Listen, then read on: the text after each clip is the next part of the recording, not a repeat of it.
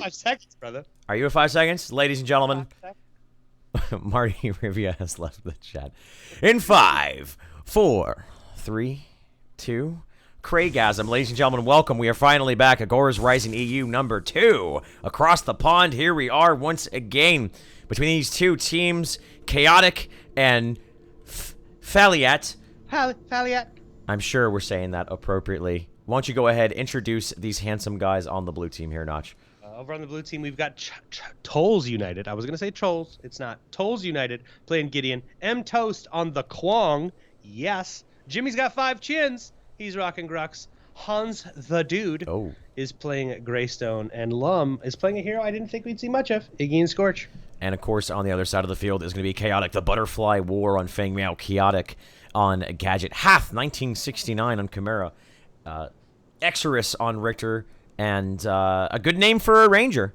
Cautious on the Murdoch. First thing I'm noticing on one side of the field is a distinct lack of Rangers here for the boys in blue here, Josh. Yeah, I mean, we've got the double mage comp, the double caster comp. We're also seeing something we've never really seen before, Iggy in red lane. Yeah. And we've got Grux in the solo lane over in the blue lane over here. Jimmy 5 chins versus Fang Mao in the solo lane. So this is a little bit different setup than we have seen in the past. I mean, where is Greystone? Hopefully he's not in the. He's in the. I believe there's 2 manning down the red buff. The red buff. Kwong. Yeah, 2 men in the red buff with Kwong right now. So this is interesting. We're seeing, like you said, a lack of Rangers, double caster. They're gonna. We talked about the EU side. I think it's gonna be a match of minions, minion management. Oh yes. Who can help set up their lanes a little more. Minions are very, very strong in this current patch. Lum's got to be careful. Chimera is waiting here in a shadow pad. I do believe it's warded, so he knows Lum's all right. Chimera's going to back off. But I think it's going to be minion management. Who's going to be able to set lanes properly and allow those lanes to push? With the current way minions push right now, backing is very, very dangerous. If you back with a minion wave, you haven't killed those ranged minions and you back, you lose a tower in seconds. So, I mean, they've got great lane clear right now with Lum on Iggy and Grux, of course. So I would say second best wave clear in the game. Smash and grab into a double pain. Wave clear. Big smash and grab onto Butterfly War over here. He is going to be able to reaping dash away. But with a little bit more action than I'm used to in these EU games. You heard that here first. This is the most action Notch has gotten in quite some time, guys. So let's talk about let's talk about the lanes and specifically how you're talking about the game has changed a lot since the last time we were here. There's been a lot of different changes. We've kind of gone back and forth. Towers are back in the game, so that's always good. But the battle of minions, I think that creates a very interesting... It opens up the potential where if you just are able to bully out someone in your lane, even if you're not necessarily able to kill them, but if you're able to bully them in a lane and take efficient trades inside of the lane, which can be difficult to do due to the nature of health potions and due to the nature of how much minions do, how much damage minions do in the early parts of the match, if you can get past that and make it so that you're kind of has to force the hand of the enemy team where they go, okay, hold that thought. Iggy, very low. There's the hook, the stylistic hook. And there's going to be Richter pulling off the hook, getting the first blood. And Iggy's got to be careful about that, man. He's not tanky yet. They're going to get hard on him and just blow their load and able to get the first blood. You've got Richter early game. Richter does quite a bit of damage. He deceptively does a ton of damage. Yeah, his hook especially. Yeah, early game. Are we seeing any? So he's building. You know, he's got a cast token. One cast token is not going to make. Oh my God, he's so strong. But we're going to see the words. But you land those hooks. He's going to pop that silence. That way, Lum's not going to be able to oil slick away. And get out of that team fight. But he's going to have to be very careful in that lane. I would actually like to have seen maybe Greystone over here. We're seeing again. This is different. We've got 2 mid lane. Yeah, a dual lane mid. Hans and Tolls mid lane here, which we don't normally see this. Yeah. I'm trying to, be like, okay, well, what's the thought here? And I think it just comes back to how important it is making sure that your lane matchups aren't one-sided. And I think that has a lot to do with it, to be perfectly honest. The jungle is sort of being neglected, if you will. Chimera's not in the jungle. Greystone isn't in the off lane. I mean, Grux is in the off lane, not really allowing Greystone to be put in the jungle. It's a very interesting map dynamic, and I think that might just have to do with the fact that, as you were mentioning, with the way the game has changed with minions, how they charge right to the tower, and the way you can sort of set lanes going back to the first couple of Agoras Rising. The early game is so important to make sure that you have lane dominance, and even almost foregoing for the efficiency of the jungle here. You actually, if anyone's got to be careful, it's got to be Richter, because you have the rotate from Kwang. There's the great move along by Cautious. Oh, he knocked him right down in the jungle. But so Kwang's the newest hero, and you know, every time there's a new hero as a shoutcaster, it's like, man, we got to memorize all these new abilities. But for him, it was pretty straightforward. Everything's of the heavens. Yeah, he's just gonna rain justice from above. Yeah. Oh, there's a good hook on a Kwang. Are they gonna be able to follow up on this though? Don't think so. Coordination not quite there, but obviously, so you talked about Richter, and that hero is played in the support role. Obviously, you see that. He's very, very tanky, don't get me wrong, but he's played primarily in the lane support role in the first part of the game, body blocking minions to sort of deny last hits for the enemy team, also potentially setting up kills. As the game will transition, he'll go for more of a lane support as the lane phase sort of falls apart, and he'll be much more of just about being that tanky front line and all about picking people apart. And also what Richter is great at is you can play this style of sort of fish in the barrel, where you can slow siege, right? You can just sit there at a tower and just let Richter throw hooks, not even not even engage. Just wait for Richter to land that one big hook, and just make sure that you restrict and sort of set the tone across the map, keep the other lanes pushed out. It's an interesting strategy. I really hope that they stick to... I would like to see them sort of play out with that Richter in mind, that they can play that sort of slow siege strategy. Eventually, Richter's going to land a hook. Eventually, you're going to get that pick off. Yeah, I do want to point out that we're 6 minutes into the game, and we've got no Harvester. We've got one Harvester down in the jungle. We've got one Harvester down in the jungle. Junglers have not been in the jungle at all. Chimera is having to help mid lane here. He's having to help Chaotic sub, because we've got a very hard push coming out of Gideon and Greystone. Yeah. So we haven't seen a lot of Harvesters. Let's see what these camps are. Most of these camps, white camps are level 3 right now. Blue camp's level 2. I mean, and then here comes another big smash and grab on the Butterfly Ward. Butterfly Ward is going to fall. Jimmy 5 Chins is going to secure that kill. Hit him with the smash and grab. Then he uses ultimate. Got him with the double pain. He's going to secure that kill there. He's got a huge minion wave here. Jimmy 5 Chins is going to back off. Chimera is starting to rotate over to this lane now, but we're not seeing juggling happening. It's not happening. Camps are at level 3. That's so much card power that's just sitting there. Jimmy 5 Chins needs to be careful. Here comes Chimera behind him. He doesn't have a ward down. Oh. Ace is going to be able to jump onto him. It does look like Jimmy 5 Chins may fall. Is he going to be able to dash away? He doesn't have mana for it. Think so. Oh, he's juking. He's jiving. All he has to do is hit. Yeah, there's the ultimate. He was just waiting for the call right there, and he nailed it and got the punishment there. Here comes yep, Toast. He'll be okay. He'll be able to rotate here and protect it. Richter rotating over to mid lane, looking for a hook. Greystone not going to be a good target. Obviously has that second life online. He is going to land that hook onto him. It's always good to that level 1 ultimate on Greystone is such a long cooldown. So if they are able to get that ultimate off cooldown, or on cooldown rather, it'd be good for him. But not going to be the case here. With 25 health. That's what you got to do sometimes, man. That's what you got to do. So going back to the sort of siege meta, if you will, and you talked about it earlier in the first parts of this match, the Iggy and Grux, you have so much wave clear right there. They don't have a ranger. Their late game is just, it's not, I think their team is not about pickoffs. Their team is nothing about that. Their team is about sieging, getting towers, getting map control, and just keeping lanes constantly pushed in and controlling the tempo of the map. It's a very push-oriented strategy, which those strategies, if you don't execute appropriately, are very, very difficult. I have a very small margin for error. We did see, as I was talking about that, Chimera and Feng Miao went over there and are able to pick up a kill onto the Kwang there. But yeah, so their late game is entirely going to be based upon trying to limit map control and make sure that this ranger, this cautious on Murdoch, has no room to farm.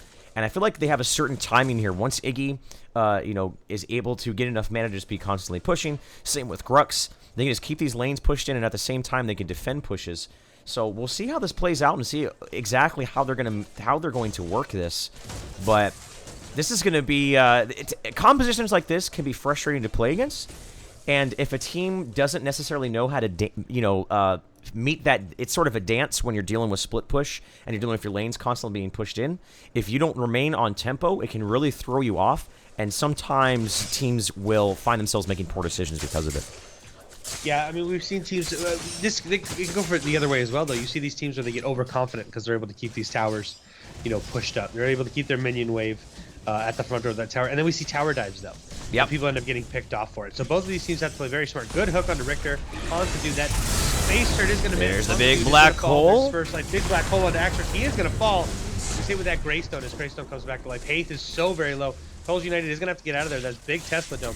And if he gets hit with a grenade, he will most likely fall. Oh, good space turret onto Chaotic to go back. That beautiful space turret right there. Unfortunately, it was a black hole, not a maelstrom. Next week it'll be a maelstrom. Oh my god. Next event will be a maelstrom because so good. You don't get the tier 3 skin, you're doing the game wrong. So here's what I didn't like about taking that fight right there. It was a hook onto. I mean, the Richter's been landing his hooks. Great, awesome. But onto a Greystone, they didn't even get his ultimate down. Even if they were able to pick him off, it still wouldn't have been efficiently a kill. Huang rotates and are able to pick off Gadget. Gadget overstayed her welcome, man. She should have immediately backed up. She was very, very low, but unfortunately playing a little greedy. That Greystone Gideon ult actually worked very well. That's what helped secure the kill onto Agoras. I like that ultimate combo, but like you said, you don't want to hook Hans the dude. Yeah. Like, that's not your target. And yes, he's body blocking for souls, and that's one of the reasons he got hooked, but he's got 2 lives. Now he'll hook him, kill this man. His ultimate's not online for another like 180 seconds. The hook is going to miss. Hans dude is going to be able to back up, but he's one of those heroes, especially early game, where it takes so long to kill.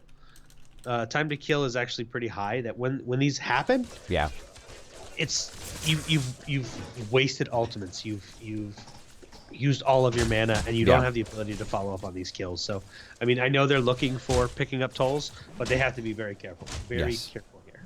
Not able to pick up a tower there. There was a wave there, but unfortunately, just simply not able to do it. All the meanwhile, though, the Ranger cautious on that Murdoch is just been farming his heart out. Let's take a look at the numbers here. We're hitting that dozen-minute mark. He's at 33 last hits. Nothing to shake his stick at, but at 12 card points. He hasn't been around for those kills. Pretty much as far as the farm goes, it's been pretty much even across the board with one exception, and that's actually the Iggy has been very oppressed in this lane thus far, which I really is a very, very good thing if you're able to continue that action there. We did see Bandicoot went over there and use that Flame Belch onto the Murdoch, but without Tainted Magic and without any really semblance of any sort of farm. I mean, he has 9 card points, but he hasn't even back to sell it yet. That damage simply wasn't there, and actually Cautious is looking to turn this around. He says, you know what, I know you're underfarmed, and now he's going to get pincered, and this should be the death of the Iggy here. Bandicoot, no. Yeah, he's going to fall here. Like you said, without Tainted Magic, that the damage that we normally see coming out of Flame Belch is going to be substantially less. We're used to seeing Flame Belch come in and you can 1v2. You build up tankiness, you put on that Tainted Magic, and now you're 1v2ing and just destroying people. Yeah.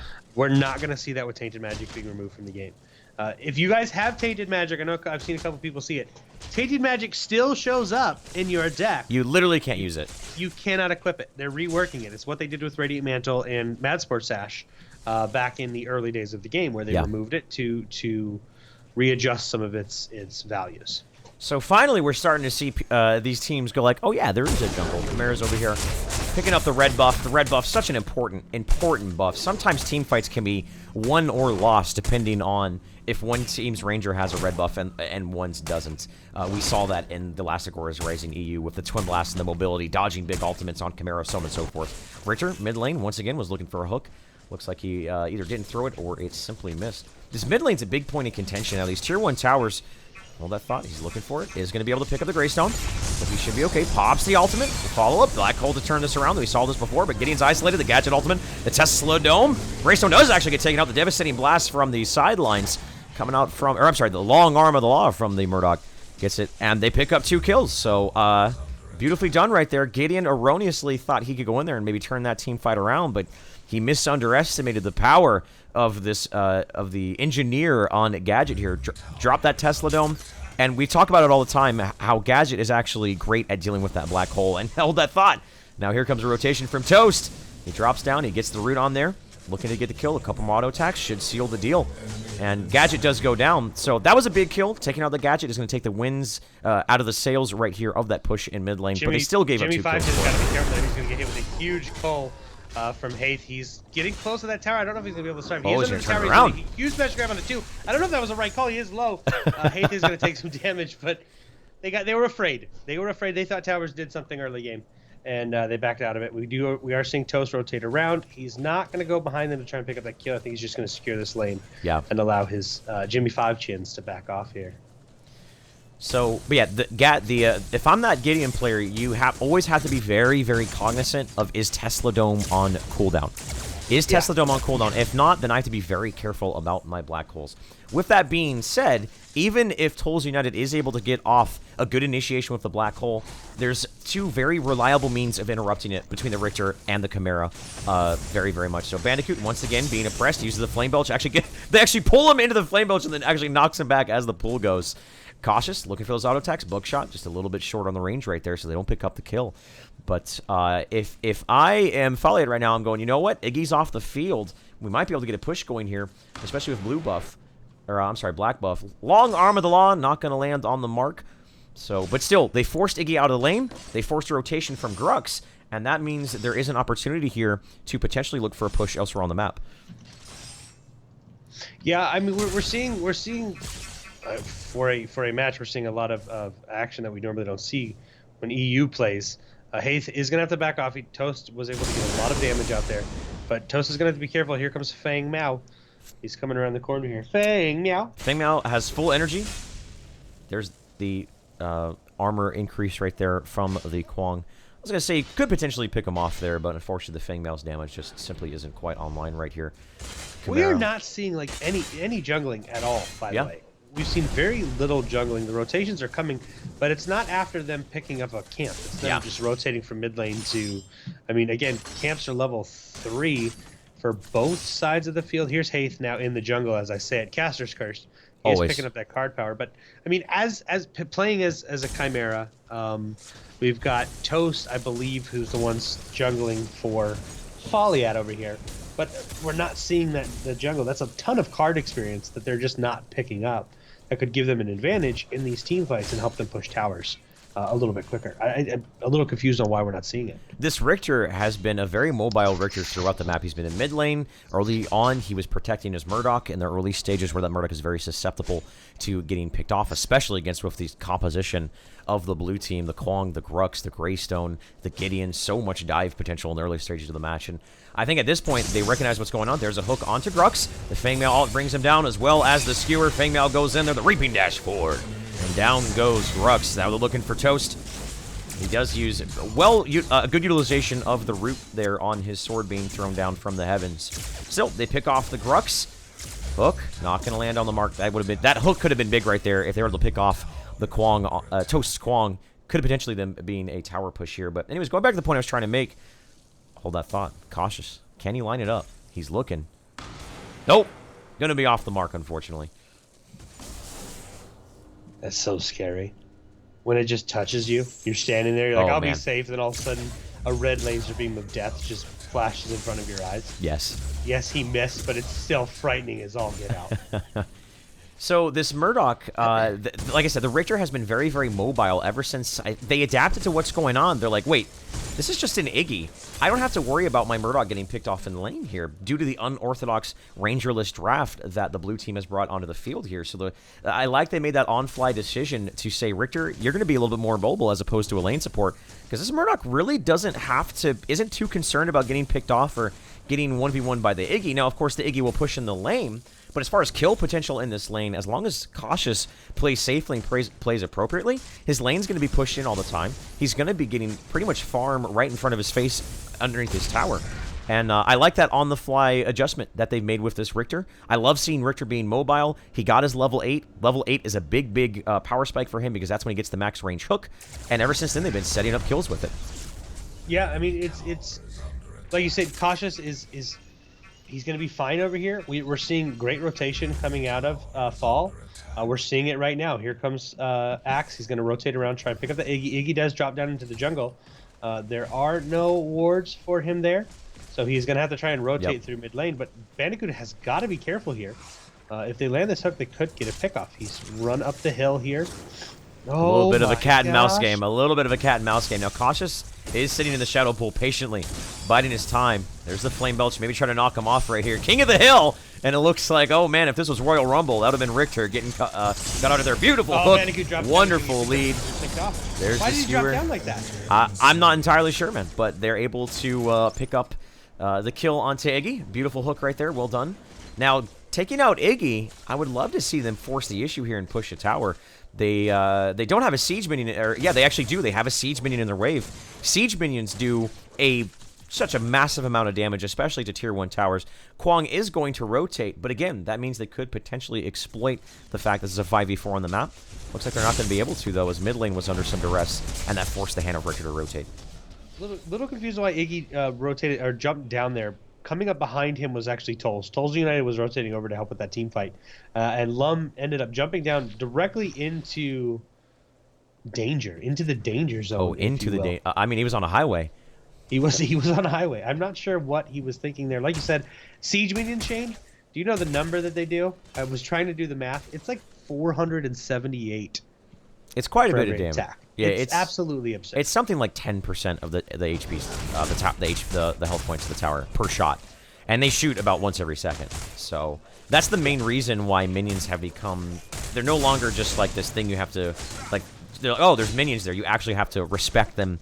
And you can't leave your lanes pushing, which I'm totally okay with. That's one of the things about MOBAs is you're able to force the hand of your opponent if you're able to just take map control in that sort of capacity there because of the way the siege minions are. And I like that that's the case. I know a lot of people don't like that, but that's always been the case in MOBAs where this now opens up the if this was two patches ago before siege minions did so much damage, that guy just hooked a turret, by the way. Because he didn't want that turret there. Get your turret out of here. If this composition that the blue team had was 2 patches ago, I'd be laughing at them right now. But now that you can play around the strategy that minions are just much more of a presence and a threat on the map, I'm actually like, yeah, you could get away with this sort of composition as long as you played appropriately. Thus far, though no towers have been pushed, they're just, Greystone can dive the tower. He has the 2 ultimates. I think right now, blue team is just going to be like, we can play this patient game. Eventually, there's going to be a point where we're going to start pushing your towers. Our Iggy and our Grux are just going to have enough mana and enough sustain in the lane to where we're going to start spreading you thin and forcing your hand. So I want to take a look here. Lum is actually really far behind in farm. He's only at 15 card power total. So he doesn't have all of that tankiness we're looking for out of a Iggy and Scorch player, where he's able to stay in these team fights and be a little bit more of a problem. We're not going to see all of the damage again. Tainted Magic has been removed, but he's going to at some point become a liability, right? Where they're just going to pick him off. Yeah. We're starting to see. I'm curious about Toast's build. We've got a Thirst Fang coming out, picking up a little bit of lifesteal. I've seen a couple people where they're rocking about 25, 30 lifesteal with his passive ability and a Thirst Fang or 2. I'm not sure if Toast is going to go that way. Lum Bandicoot's got to be very careful. Here comes Axie. He's going to be able to land that hook. Cautious is not there. I don't think they're going to have the follow-up to secure this kill. It does look like Lum is going to... Oh, big! Oh, they're able to secure the kill. That's the fourth death on Bandicoot there. He's just... I mean, Greystone... I think Greystone needs to get out of mid lane, and somebody needs to start helping Bandicoot over here because they're just allowing Cautious to farm. Yeah. Blue team does not have a Ranger. Orange team's going to come online, and it's just going to be about protecting Cautious and allowing him to pick people off. And this wave pushing over here in the red lane for Chaotic right here. You've got the double siege minion. This pretty much is a wave and a half right here. Kwang has shown up, so he is going to be able to clear it up relatively quickly with that utilization. But I feel like what the blue team is doing is just playing this very turtley game, and that maybe is one of the reasons why the jungle has gone completely neglected. That maybe they believe that the linchpin of their strategy is just to not lose towers ever. Because that's why maybe we haven't seen Greystone in the off lane and a more traditional mid lane with like a solo Gideon, Grux in the jungle, Greystone solo blue lane. Maybe they're just saying at all costs, we need to keep our tower up. Let's just turtle. And eventually, hopefully, we'll pick up a tower and start to take map control. But with that being said, Chaotic has done a phenomenal job at dealing with this sort of split push oriented draft that the blue team has presented before them. Yeah, I mean, Butterfly War has actually done a really good job at keeping the lane pushed in his favor against Jimmy Five Chins. I think Jimmy Five Chins is actually just kind of letting it happen. We know the potential. Big smash and grab. He's going to hit Butterfly War. Hit him with that double pain. Reaping Dash away. I don't know if he's going to be able to he's not going to dash an ult to get him. So Butterfly Warrior is going to back off a little bit, let this lane come to him. But I was saying Butterfly Warrior has actually been winning this lane over here up until that moment. Butterfly Warrior has been doing a really good job keeping this lane in his favor. But we need to see something coming out of one of these teams soon. They are keeping Lum just basically shut down. Yeah, lanes are pushed, but you look at that creep score, 38 creep score on an Iggy and Scorch, opposed to Cautious's 86 creep score with 3 kills. I mean, Cautious has a huge bounty on his head right now. They pick him up. That's going to be 1,200 amber to whoever secures that last kill on Cautious. But he's going to it's just going to come to a point where he has too much power, and we're going to start seeing these guys. All right, time to push lanes. Yeah. 36 card power. I think we're going to start seeing that come out of Cautious, where give me the black buff, we'll melt these towers. And the thing about the composition, which we've been talking about, of the blue team, which is so push, minion control, map control oriented tower control, it's all on the shoulders of this Iggy. And he is so underfarmed. I mean, he is just 18 card points to the 30. He's almost a non-presence right here. Yes, he can still push lanes, and he can still clear waves and pretty much maintain a certain sense of status quo. But there's going to be a moment where Chaotic shows, all right, Iggy dies in all of 5 seconds because our Murdoch, our damage is just so significantly ahead of theirs. Yeah. I think right now it's just a matter of... The clock is not in the favor here of the blue team due to the fact that their Iggy is so underfarmed. And I'm trying to think, well, what can they do to make more space for that Iggy? And they may be at a point of almost no return here where they're kind of stuck up against a metaphorical wall. We'll see how they have to play it out. Chaotic still playing very patient. They know they have the lead, and they're saying, you know what? We have the lead. Let's just continue to maintain it. And eventually it's just going to be a point where we're going to get a black buff and kill your towers in a matter of a couple seconds. Yeah, and I think we're going to start seeing that happen here very soon. Somebody did pick up the black buff. I believe it may have been Cautious or Chimera for Chaotic. But we're starting to see those moves by Cautious right here. He's sliding across the map over here. I mean, Bandicoot is unless we get a rotation, we start to see 2 or 3 group up and push a tower. We're just going to continue to see this back and forth.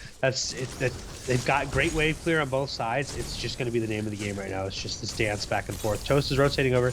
He's going to try and get a kill on Axe. Axe is underneath his tower. There are wards, so they're not going to be able to get to him. We do have Butterfly War coming back over to this blue lane over here. But, I mean, this is big hook onto Toast over here. Going to wait for that ultimate smash and grab onto Axe. Another ultimate on the Butterfly War. Oh! Toast is going to fall. The Axe has been comboing pretty well with just about everybody on his team. Yes. We're seeing some great combos of this, but we need to see an objective now. We're 30 minutes into the game, Shane. No towers. Hey, if that's what these teams want to do, that's what they're going to continue to do. If they're trying to find some sort of condition to push down a tower, and they just haven't. They don't believe that they've found any. So, but again, they're up 10-4. They're playing patient, and I'm perfectly okay with that. They're ahead. What they've been doing has kept them ahead thus far. I don't think they're under really any sort of time constraint or pressure from any forces. They can just continue to do this, find pickoffs, and just wait for Murdoch to hit 60 card points. Like, if that's what they want to do, that's perfectly viable for them right now. And he's going to do it soon. I mean, he's at 36 right now, 113 last hits. He's the most farmed on the map currently. He's 3-0-2 right now. So he's playing very well, but he's just been allowed to farm, and we've talked about this in the past. You don't let a ranger just farm. That's not a thing you do. You really have to try and deny that as much as possible. Axe is like, I want your harvester, so he's going to take their harvester. He does have the black buff, so that is going to fall. That's 400-ish amber every 3 to 4 minutes that these guys are not going to be picking up. Yeah. So. Thank you, wife. Shane, I got a coffee now, brother. I've been trying to get you to drink coffee for like 6 months. I know. I got a Starbucks. I got a Carmela Intense is what it is. Ooh, so intense. So intense. Who's Carmela? It's my wife's best friend. She just brought her over. Oh. Yeah. Right on. Delicious. Delicious. Oh. Not a sponsor. Yeah, going back to your point, man. I feel like I said at the top of this game, like it's all going to be about taking map control, and they haven't been able to take map control. And blue team just feels stuck. They feel stuck. They're immobile. Their lanes have been static. We've seen very, very little roaming. The only really roaming we've seen has been out of Toast. Occasionally, Greystone comes around, but they've maintained their position with this double, always dedicating 2 people at least to the mid lane. Gideon is a hero that you really don't want to... I mean, Gideon has decent wave clear and can push decently, but his strength comes from his team fighting capability. And he's, I think, the biggest team fighter on their... He's the biggest team fighting potential on their team, maybe besides the Grux, at least setting up kills, so on and so forth. And they simply haven't really played Gideon to his strengths, and they've put him in a role where I don't know if he thrives the best, and that is just simply you're going to deal with the pushing capabilities of the gadget. Grux would be better fit for that. I would say even maybe even Kwong, and of course Iggy as well. They haven't really switched up their lanes. That's why I said I felt that they feel a little stuck right here and maybe unsure as to what to do and what's the next step. They have brought Grux over here into this red lane, I think, to just help Iggy out quite a bit. We've seen Kwang, Kwong rotate over. He's in the blue lane right now. He was helping Hans the Dude here a little bit because Butterfly War and Axe were able to push this forward a little bit. But this is just, I mean, a game of attrition, I guess. Like you said, I mean, I would love to see. I'd love to see somebody else mid lane allow Tolls to rotate a little bit more, come behind these guys, hit them with a black hole. Oh, Axe and Tolls are just jumping over here. They're showing that respect bounce right there. But it's back and forth. We're starting to see teams get a little bit more aggressive. Toast and Hans the Dude are under this tower. I'd love to see a dive right here. Hans, you have 2 lives, buddy. Get this tower. Here comes Chimera rotating behind. They are going to jump onto Toast here, but... Yep. Toast, Kwong deceptively tanky with that extra armor he can get. There's the ultimate coming in, big damage. There's a turnaround call. Well, meanwhile, Gideon does get taken out. There's a lot of fights going down. Notch, you asked for it. The team's heard you. They started fighting, and all of a sudden 2 down here on the side of the blue team, and they're looking for more. I believe what would have had to happen in the mid lane is Richter. I see Richter running away from the mid lane. I imagine there was a hook into a gadget bomb and a Tesla dome. So just like that, they pick up 2 kills. And are we at a point, Iggy deciding to finally leave that lane, rotating over to Gadget, uses the Flame Belch. Gadget gets knocked away, a couple auto attacks, Speed Gate's going to be there. Can Chaotic get himself out of this situation? 1 or 2 more auto attacks might be enough. 1 more, going to miss that one. He's got 1 more chance, misses that one too. And unfortunately, Chaotic, big missed opportunity for a hero who desperately needed an infusion of card experience. Just wasn't able to line up those auto attacks. Gadget gets away. And Chaotic are going to be happy with that. Yeah, I mean, Lum needed that kill, but they need a tower now. We're seeing kills, but we need a tower. Take down a tower. That's what we need. Hans is very, very low. We are going to see Hayes jump on here. This tower is at half HP. They are going to be able to secure their first tower of the game, 32 minutes into the game. Hans the Dude is not backing up, though. Here comes the ultimate out of Hans the Dude. He is going to land it onto Hayes like he controlled it at all. But it is going to hit Hayes. Hayes is going to lead back onto Hans. I don't know if he has a Cole, so I'm not sure if he's going to be able to get that kill. Hans is just going to bunny hop away. Oh, we got a tower. Shane! We did it. We did it! We did it, Reddit.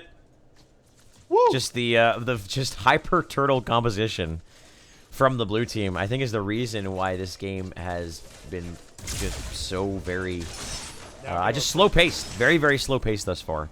They're not going to do it. I wouldn't think they would at this stage of the game, as everyone's on the field. That's how that so would work. Got it, boys. This tower going down here means that Orange team now has good control over the territory of the Orb Prime now. Unfortunately, to the sadness of many, many people, the Orb Prime turn-in mechanism has gone away. We haven't talked about it yet. We haven't talked about its implications in a competitive environment.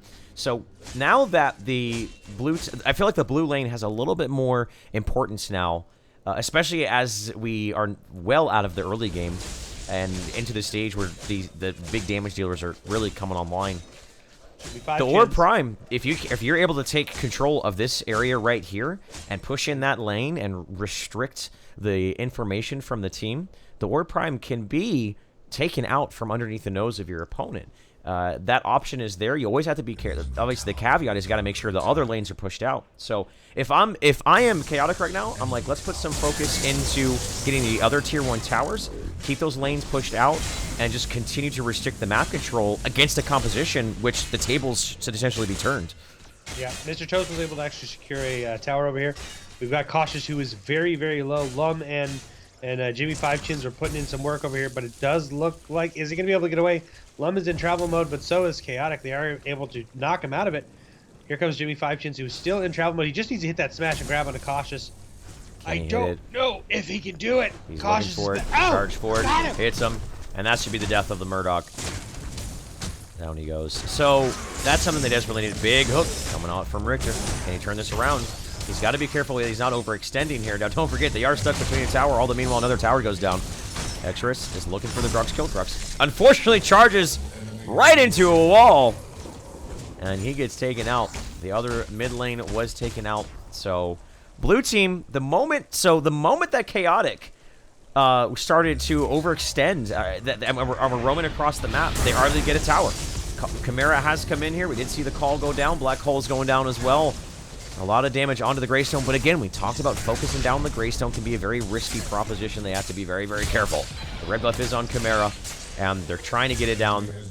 Agoras was able to get taken out finally by a Bandicoot here. The Chimera's chopping. He got all the health regen in the world right now. Trying to take him out. They should be able to eventually take him out. Actually, no. They are going to be able to. He is going to be able to go and fall back to the safety of his tier 2 towers. So, 35 minutes. Finally seeing some action, Notch. And the moment that Chaotic started to look for kills and roam around and leave their lanes, they lost towers. So they got to respect the minions. They got to respect the pushing capability of the blue team here. Yep, they ended up losing 2. We may see a mid-tower fall here to just the wave push. Now it looks like Greystone's actually going to be able to come back and secure this. But 2 towers down. But they just picked up a handful of kills, which is nice. We've got Lum, who needed a influx of card power. He's got it now. He's up to 30 card power. He's no longer going to be a liability. He's still going to be lacking some damage. But they're not going to have to worry about him just being instantly blown up in these matches. So that is a good thing. Mid lanes open up, though. Yeah. For fall, which is fantastic. Mid lane, this tier 1 tower down. Keep that pushed out. Again, they have the push power. Keep this tower pushed out and allow your team to roam just a little bit more. Exactly. Opens up the map so much for these guys. We don't, like you said, we were talking about the Orb Prime. They don't have to turn it in anymore, but keep these lanes pushed out and makes for an easy Orb Prime when you have the map separated and, you know, everybody dealing with these split push all over the map. Yeah. Taking a look at Cautious deck, as he is at 45 card power. Very, very farmed. Picking up that Toon Barrier. Already got a Tempered Plate as well. So pretty much some fairly going back to the good old armor here. At first I thought that Toon Barrier was a Blink Charm, but I like the way he's building here. He doesn't have to worry about any of the Rangers. He just has to worry about the fighters. And if he just tanks up the way his damage is going to scale, he's going to be very, very difficult for the blue team to deal with here. So I actually agree with the decision for him to build this. Otherwise, if this was a much more conventional draft coming out from the blue team, I'd say maybe you're going a little bit too much tanky. Maybe you want a little bit of damage. You want to make sure that you're keeping up with your opponent's Ranger. But with that simply not being a factor, I think this build is going to be paying off the later the game goes. Yep, so those of you who are brand new to Agoras Rising, welcome, welcome, welcome, guys. What we do here is Shane and I have been running this event for about 7 months, if I'm not mistaken. This is about our 12th event. And we just wanted to bring competitive play to the Paragon scene. Shane and I both love this game. We both think there's a lot of potential to see this game eventually move into an esport. We don't call it an esport, we just call it competitive play. None of these guys are pros. They're just here having a good time, showcasing their skill. This is an open sign-up. Anybody can sign up for these events. M-Toast has got to be very careful. Cautious and Agoras are on him right now. He's going to be able to hit him with that hook. He does hit him with the ultimate there. Toast is going to fall to Cautious's long arm of the law. Again, good combo. I think the long arm of the law was a little bit overkill, but it just secured that kill. It secured the kill, man. That's the important thing. Secured the kill. Hopefully we'll help them get this lane here a little bit. Exactly. They got the siege minion. Cautious is going to do his best to just clear out this wave. He's even using the move along to get there. Now, Bandicoot has shown up, so Iggy, best tower defense in the game, but even then, this tower is so low with the double siege minion, it should get taken out. And Cautious with that Toon Barrier means the damage from this Iggy is pretty much non-existent.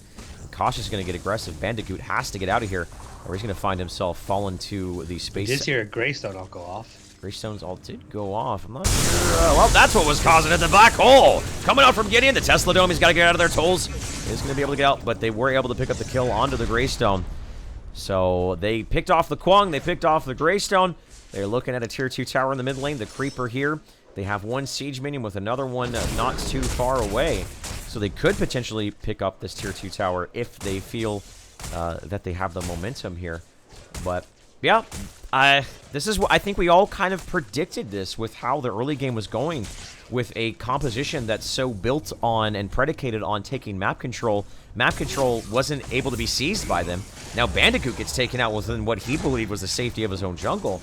And right now, I think Chaotic just knows that they've hit their timing. They weathered what would have been a very dangerous storm from the blue team, and this is just they finally have flipped that switch and recognize they just are kind of hitting their peak.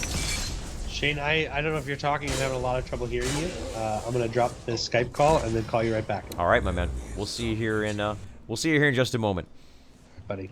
Keep doing you, boo boo. I always do me. You know me.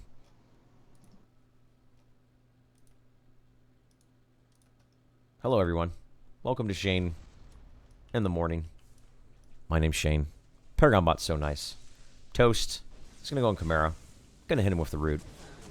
Chimera's gonna try to hit some auto attacks here. Should be able to go. Should be able to get away just fine though. So 2 down, man. This is not what you want from a composition, a rangerless composition. Who's calling me on Skype right now? I wonder who that is. Oh, Skype noise. There we go. Can I help you? Gotcha. Hey. Yeah. Hi. This is Shane Lynch. Can I help you? Yeah, I was wondering if I could help co-cast the Paragon competitive scene. Only if you shave your beard. Well, I'm out, boys. All right. It was nice. It was nice. All right. So nice casting with you, man. Epic has been trying to get to this 31-minute mark. Shane, we're 41 minutes into the game. We're having some issues here. This may be some issues.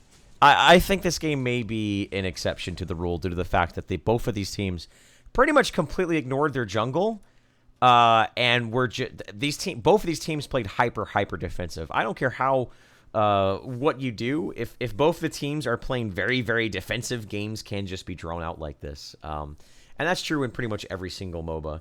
So I think this game isn't necessarily a good one to use as far as measuring is game time that average. This is definitely a fringe game, I would say. Hook is not going to land right there.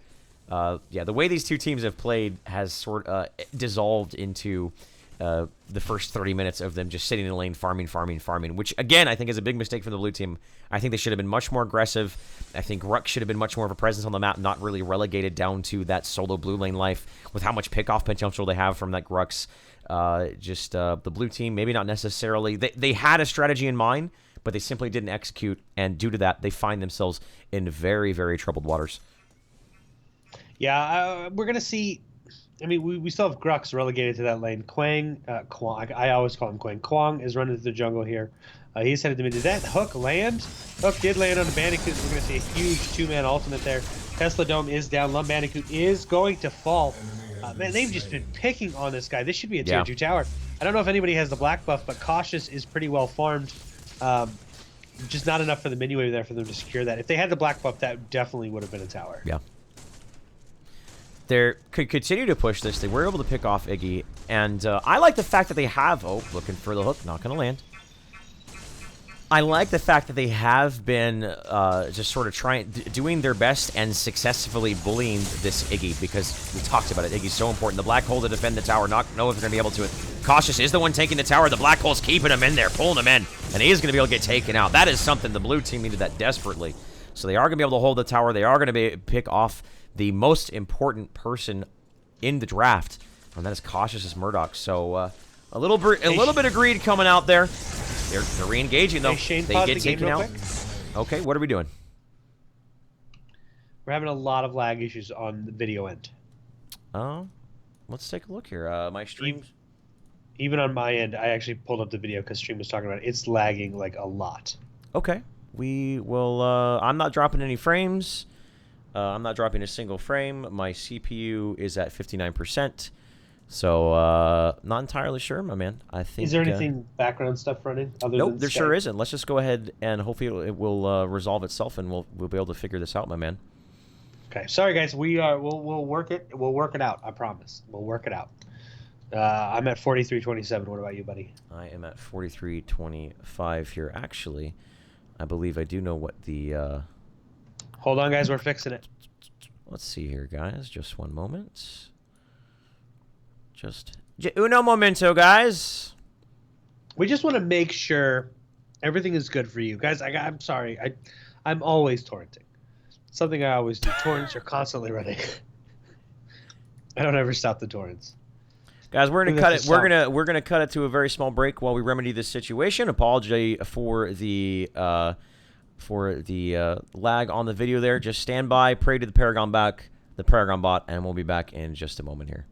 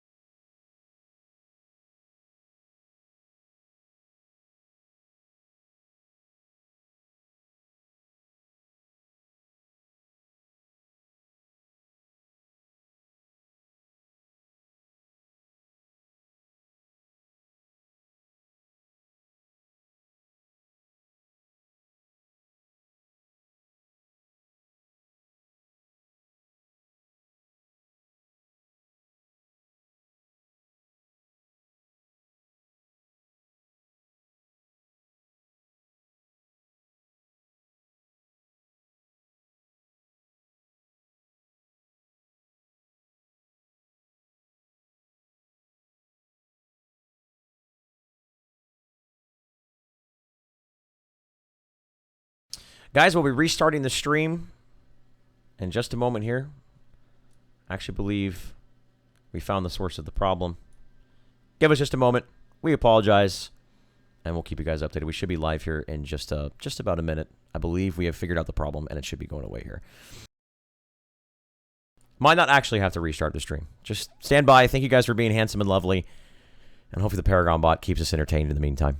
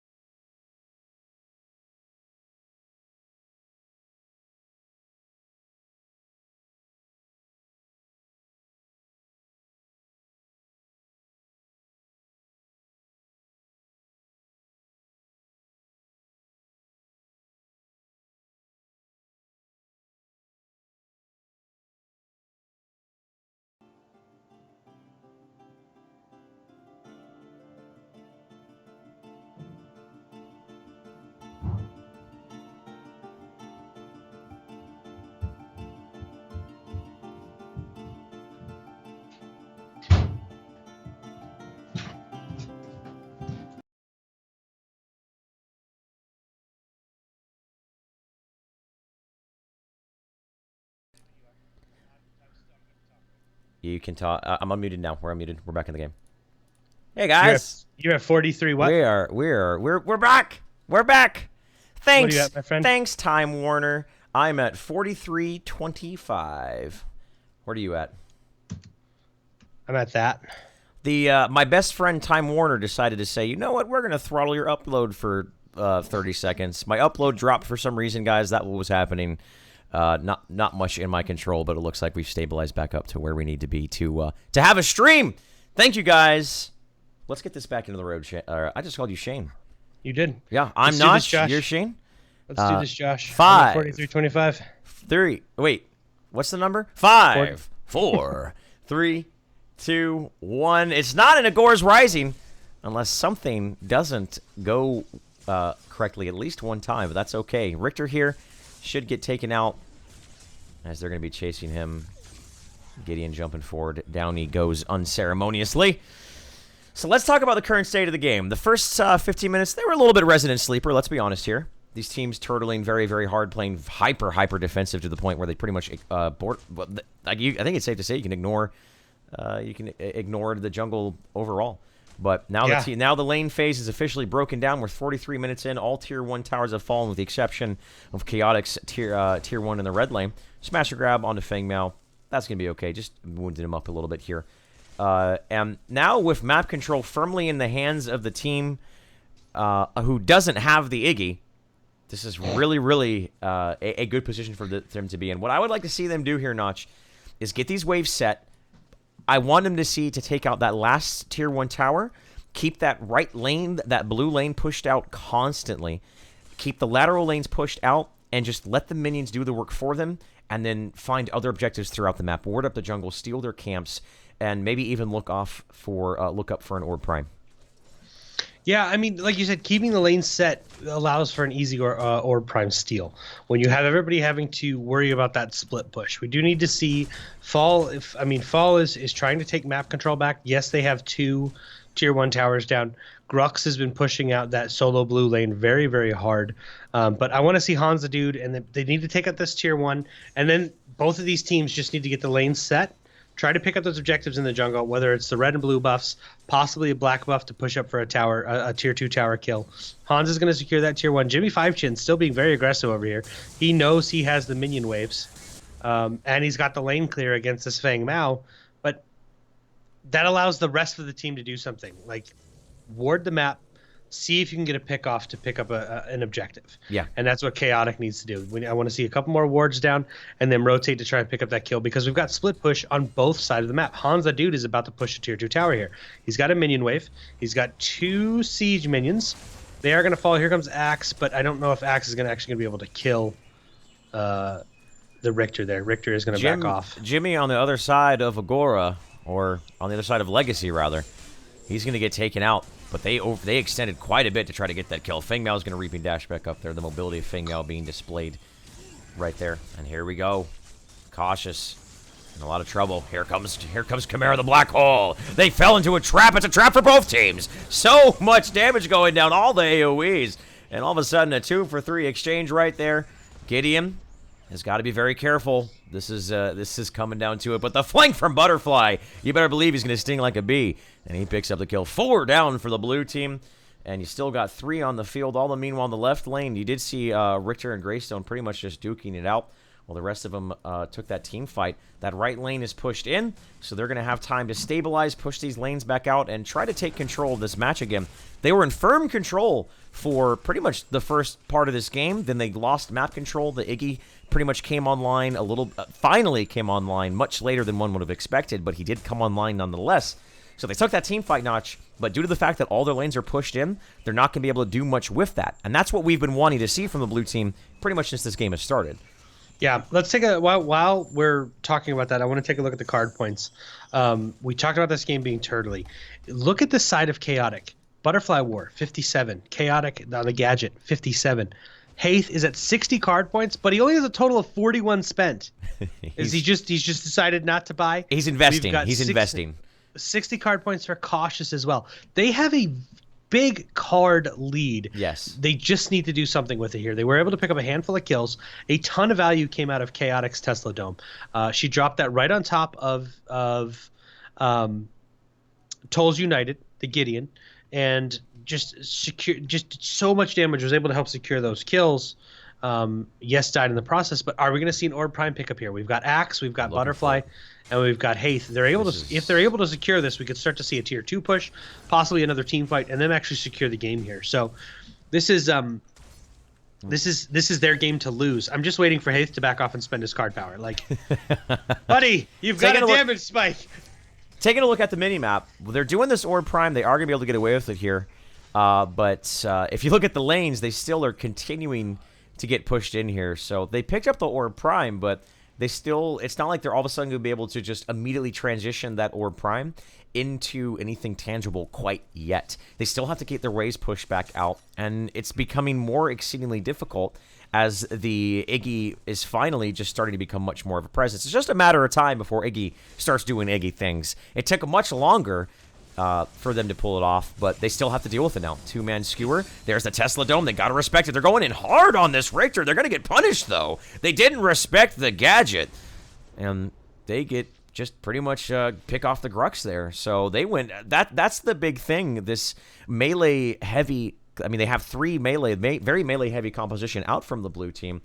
If they clump up like that against the gadget ultimate, it's gonna be devastating for them, and that's pretty much what happened. Did we point out that Hans the Dude is built crit? Yes, I wanted to talk about that. This Greystone build, my man. Hey, it's a very DPS, very heavy-handed, damage-based coming out for the man with 2 lives. But that you hurt your front line there. He has 2 lives. Yes, he's able to die and come back, but they're not going to have the front line that I think they need in order to. Right. The chain is going to miss. They're not going to have that front line. They should be able to easily pick up this tier 2 tower here, but they're not going to have that front line. He just becomes a liability. You land a hook on him. I mean, look at the damage he's taking right now. Yes, Orb Prime is activated, but he has 1 health card, Amulet of the Veteran, and he's only built 800 health off of that. They're desperately trying to keep this tower alive, even utilizing the black hole in maybe not the most effective way. He's potentially going to be able to pick up that Richter. There's the ultimate being used. Richter is going to have enough time to get away as that leap is not there. Bandicoot comes in. He just walks into the fight, finds himself in a very, very awkward position. He thought he was okay, but he just turned around and all of a sudden, the entire team of Chaotic is here, and Cautious is able to pick up that kill. Tier 2 tower taking down 2 down for the blue team. Despite the fact that they were trying to defend that tier 2 tower, just simply didn't work for him here. I think they really needed Iggy to pull that off, and here comes a push down mid lane. The inhibitor is going to be the target they have their eyes set on. I was about to say, move your eyes up to the left-hand lane, but Feng Miao recognized what was going on, should be able to deal with that push in the left-hand lane as they siege down this inhibitor. With the Orb Prime online and Cautious very, very farmed, if they are able to get just 1 minion wave down, I feel they should be able to pick this up here, Notch. Yeah, I mean, yes, I want to say yes. 4 auto attacks from Cautious. Cautious is doing a ton of damage to Hans the Dude. I mean, that's what I'm talking about. He didn't build any tank at all. 3 auto shots and Hans the Dude's at 25% health. 3 auto attacks and he's down to 25% health. I mean, is that a starter deck? Are we seeing a starter deck for Hans the Dude here? I know this is an open tournament and everybody's allowed to sign up, but I mean, this is not effective, and we're starting to see that. We're just now starting to see Chaotic basically take over the map here. They're just taking the game. Hook is going to miss, but Orb Prime just fell off. Inhibitor is still under contention here. We do have a split push coming out of Feng Mao. He has Grux rotated off, so they could take a team fight potentially, but you never want to dive under Inhibitor. Respawn timers are high enough now. We see these guys dive this Inhibitor. They could actually lose towers themselves. Yeah. Possibly Inhibitor if the team pushes hard enough. So they have to be careful here trying to dive this. There's still great wave clear coming out of Fall, but again, they just need to be careful. Here comes the damage out of Cautious onto Toast. Toast is going to back off. He's going to get hit 4 seconds later.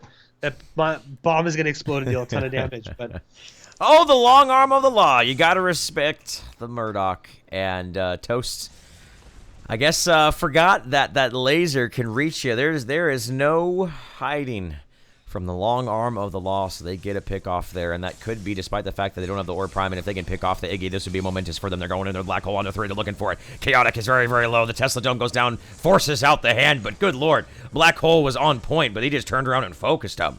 And down they go. Blue team in a very precarious spot. Smash and grab on a cautious. They needed that. They really needed to get that pick off here. If that smash and grab and the kill on the Murdoch wasn't lined up appropriately, that could have been the death of the first inhibitor. So they do give up 3 for 2 kills, but more importantly, they keep that inhibitor alive. And inhibitors going down are such a devastating blow to the map control.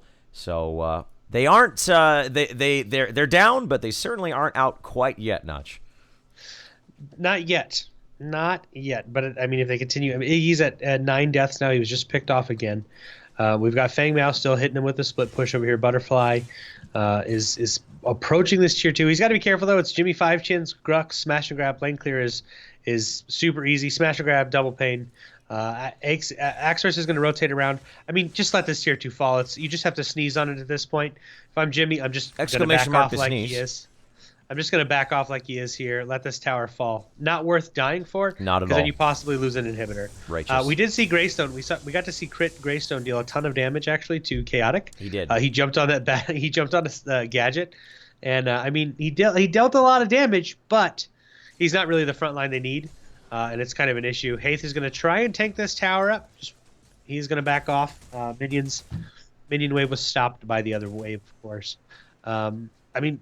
Are we just waiting for Orb Prime to spawn and we're going to see another push? Is that the call right now, Shane? I mean, with the way these teams are playing, I think the defensive nature of this game that may be entirely possible. Though, if I'm blue, I'm saying, you know what we're doing isn't really working out too well for us. We're pretty much just playing this means of survival, right? Like they're just trying to keep themselves from losing, as opposed to trying to build a momentum, build any sort of lead that they possibly can, but. Right now, they're behind in card experience, they're behind in map control, and we talked about it. The longer this game goes, the worse it's going to be in terms of Murdoch just being such a presence in these team fights. But with that being said, if they are able to pick off this Murdoch early on, then you're really taking a lot of power away from Chaotic. So it's going to be this battle of pretty much the Murdoch. If it's going to come down to him. What can he get accomplished? Can he keep himself alive in these team fights? And I think Cautious knows that. There's a lot of weight riding on his shoulders right now.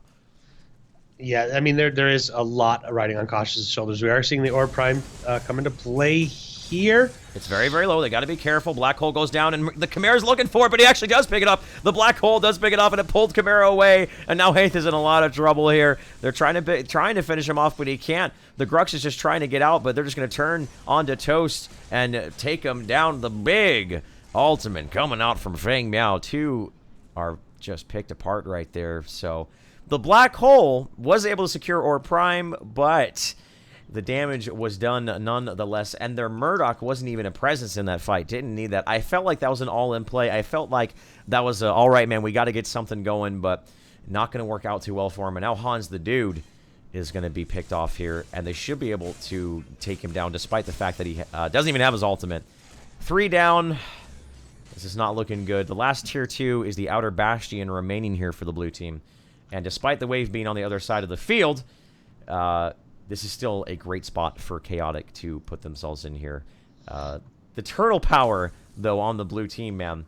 This game's it has already gone the distance and is going to continue to go the distance. A marathon, indeed. Yeah, I mean, they picked up the Orb Prime, but when you lose 3 of your 5 members. I think even Tolls died there, so I don't even know if he has it. No, he still has it. So you lose 3 of your 5 members. That Orb Prime's really not going to do anything other than denying Chaotic from using it. Lanes, they're just going to push lanes out. Their team is up and healthy. Just push lanes out. And like you said, go back to the turtle. We're seeing a ton of value come out of Chaotic's Tesla domes, though. He is just melting people within it. The team fights are focused strictly around that, and we've seen good placement from those and a lot of value coming out of Chaotic's Tesla domes. I'm trying to look at Toast's build here. Toast is rocking the double Thirst Fang. I thought he was going to.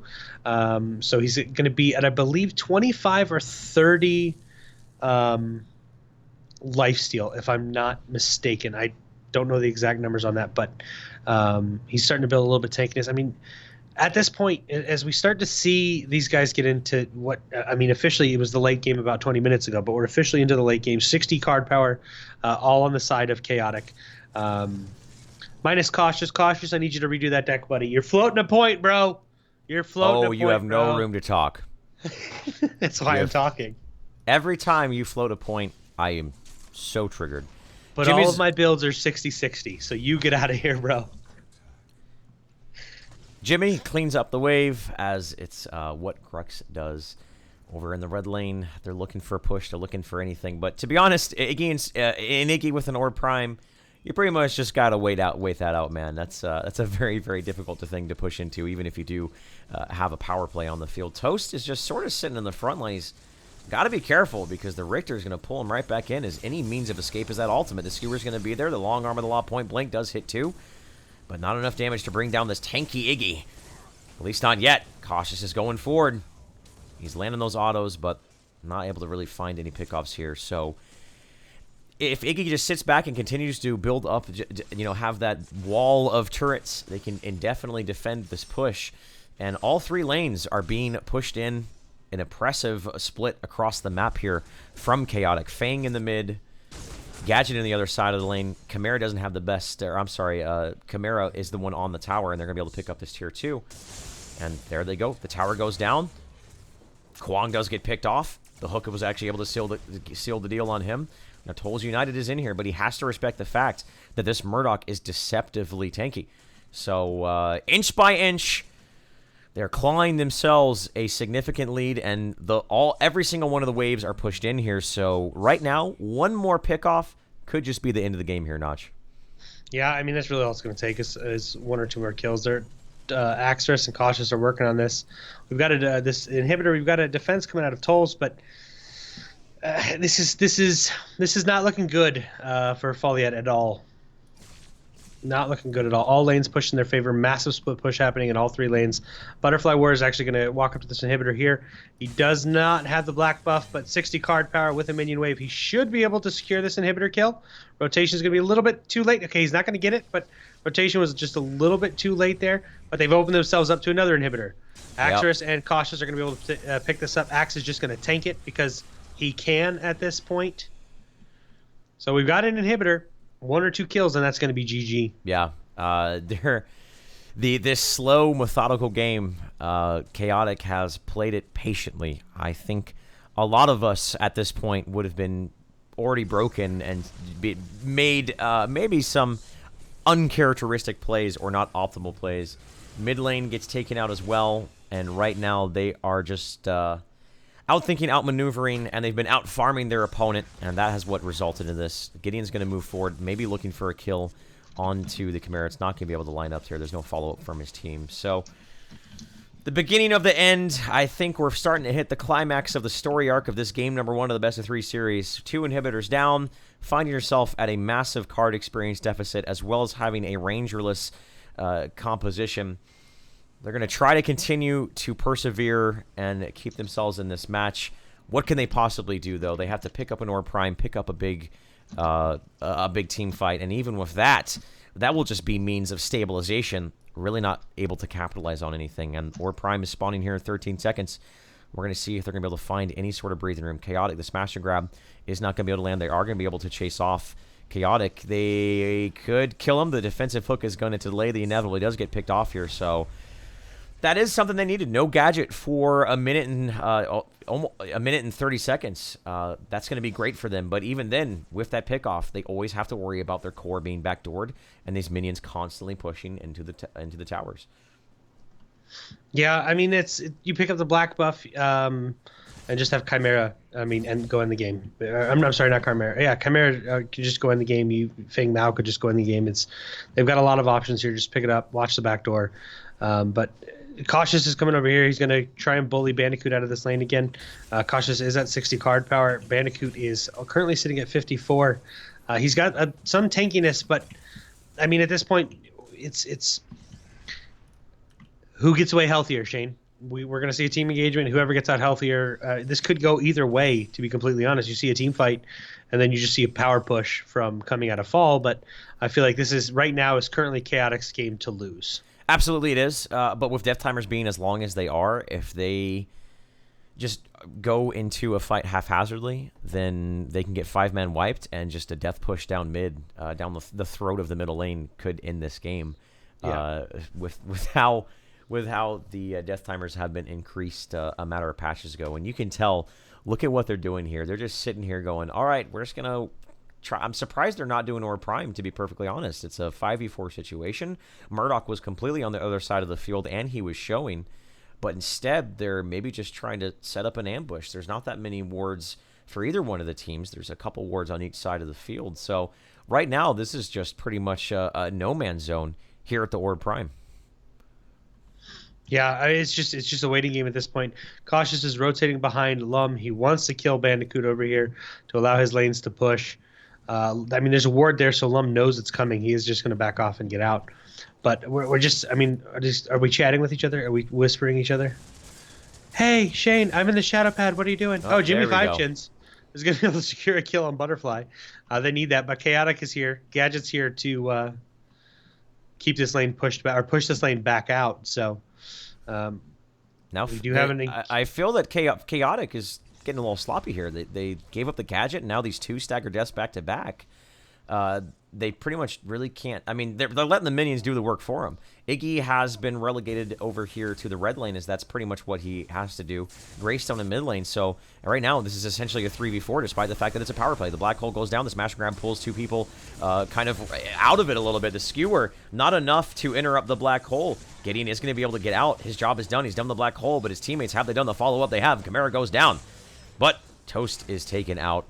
Down goes the Kwong Jimmy. He's trying to take out Cautious, but the move along is there. So due to the fact that two people had to be dealing with the super minions, that was essentially a 3v4, despite the fact that Feng Miao was down. And now they're going to be able to pick up Orb Prime. And with Orb Prime, they should be able to pretty much just run out the core and take this game #1. We'll see if Blue Team continues to persevere and continues to play remarkably patient. Yeah, we're going to see Chaotic pick up this Orb Prime. They should be able to get this basically uncontested. As you said, 2 are down. They are going to be able to pick this up. Iggy has been relegated to a lane. Oh, Cautious is very low. He needs to be careful. He's going to back now. But, I mean, look at the minion wave in the blue lane. Or, sorry, the red lane over here. We've got super minions marching down this lane. This is going to be pushed up. Bandicoot's going to have to go back to it. We just need to see a push. You've got 48 seconds. I'd love to see these guys just group up and just tower dive. I mean, Orb Prime activated, that's an easy inhibitor kill. Yeah, they should be able to get something going here. They were just pretty wounded after that Orb Prime fight. I want to make sure that they're nice and healthy. And down mid lane is what Cautious is going to try to achieve here. This is just neither of these teams. It's a testament to neither one of these teams, especially even though Blue Team has been, for all intents and purposes, slowly bleeding out for upwards of 15 minutes. They're still fighting their hearts out. They don't want to give this up, and I think that's quite admirable of them, because a lot of other teams would have possibly conceded by now. They've pushed out the lane despite the super minions, but again, that Orb Prime with a fully stacked up Murdoch, pick up the black buff. They could even just get this last inhibitor and just sit back and slowly siege the core. There's many, many different win conditions available here for Chaotic. It's just a matter of which one are they going to capitalize on to take game #1, especially if they pick off Iggy. Iggy's been sort of he has to keep this lane pushed out, but he's overextended by himself, and they're going to be chasing this down, using the Flame Belch to maybe give himself a little bit of room. Cautious, he's in that auto sprint. He's going to be able to go in there, and this should be the death of the Iggy. And don't forget, keep your eyes on the right side of the map here, as Iggy will get taken out. One more auto attack is going to do it. The inhibitor is under siege, and ladies and gentlemen, Chaotic, slowly but surely, should be able to take this game #1 here in just a couple of moments, with this last inhibitor being pretty much dead to rights. Yeah, I mean, Butterfly and Cautious are going to be able to push this lane over here. They're going to have to watch it. Jimmy Five Chins is going to rotate over. Of course, great wave clear from him, but here comes Kwang. He's coming in the back, coming in behind. He's going to try and deal with Cautious, but Cautious has Orb Prime, and he's at 60 card power. You're going to want to be careful here, Toast. Those auto attacks would have landed. Toast would have died. He's going to be able to get out. Trolls United is actually going to be able to pick up the kill on Chaotic. They tried to dive that inhibitor over there. It's not happening. Axris needs to be careful. Hans the Dude is on him. And Hans the Dude does have 2 lives. His ultimate is still online, so we are going to see the second life come into play here. But, I mean, just these guys need to... Here comes Chimera to help out his buddy, knowing that Greystone doesn't have an ultimate, and Chimera does have that red buff, so he's able to get one auto attack off. he should be able to just stick on a target, despite the fact that Greystone and Gideon have used their means of escape. This Chimera doesn't care. The snare from Gideon may be enough. The hook looked like it was going to line up, but not going to be the case here. So they were able to actually pick up, in that fight, they picked up the Gadget. And Gadget is probably the best wave clear that they have on their team. So that is very important and very crucial for them to keep this inhibitor alive. But even then, it's going to be very, very difficult for them to deal with and allocate their resources appropriately to where the super minions just start tearing away at their core. Feng Miao is in the mid lane pushing that. Chaotic is in a little bit of trouble, but is he going to get the 1v2 Dream off here? I don't think it's going to be happening. Jimmy has got to be careful. One more auto tech might be enough. He's not going to be able to get it. But flank from the Feng Miao. The ultimate from both of these guys. And now Toast is in a lot of trouble. They left their lanes for yet just a brief moment, and their core is under siege. So 2 down on both sides of the field. Gideon, he doesn't have, I don't know if he's going to be able to deal with this. Iggy's pretty much just going to have to sit here underneath his core, having to use ultimates. You know the state of the game is not a good one if you're having to use black holes and flame belches to keep your core alive. The game continues, and it's just a slow, painful bleed out until eventually the blue team is going to exsanguinate. I'm not sure what they could possibly do. They don't even have the resources available to deal with the right lane being pushed in, as that's their last inhibitor alive. As those siege minions are here. 2 siege minions pushing down the wave. This is just a very, very difficult situation for them to be in. Yeah, I mean, there's honestly, I don't know how they would win this. Maybe full 5-man white, pick up an Orb Prime, and end the game. But at this point right now, it's like you said, just a slow death, waiting for these minions to get up and for a proper team fight. I'd love to just see Chaotic group up and end this match.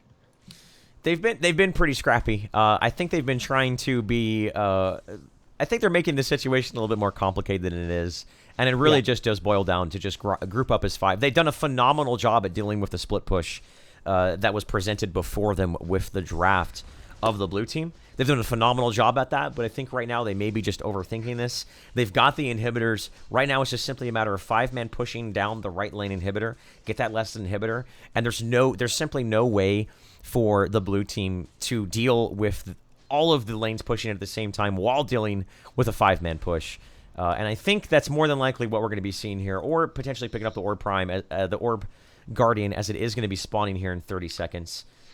There's no... The blue team can't leave their base. They can't be at the Orb Prime. They have to be so many places at one time, and it's just simply not possible for them to be doing that right now. Yeah, no, it's... We've seen the split push is again... This is a free Orb Prime. These guys are having to deal with this lanes. I don't know, other than Grux, and Iggy, the lane clear is not the greatest, and we're just seeing these minions continue to walk up to the, at least where the inhibitors spawn. So we're going to see basically free Orb Prime for these guys right now. Haith got a little bit carried away. He was hit by the knockback as it fell, but we are seeing the rotation down. I mean, Fall is going to try and deal with this. They're going to try and get this steal on this right now. They're going to look for it. Bandicoot and Jimmy are both hanging out, as well as Greystone is trying to find an interception as well.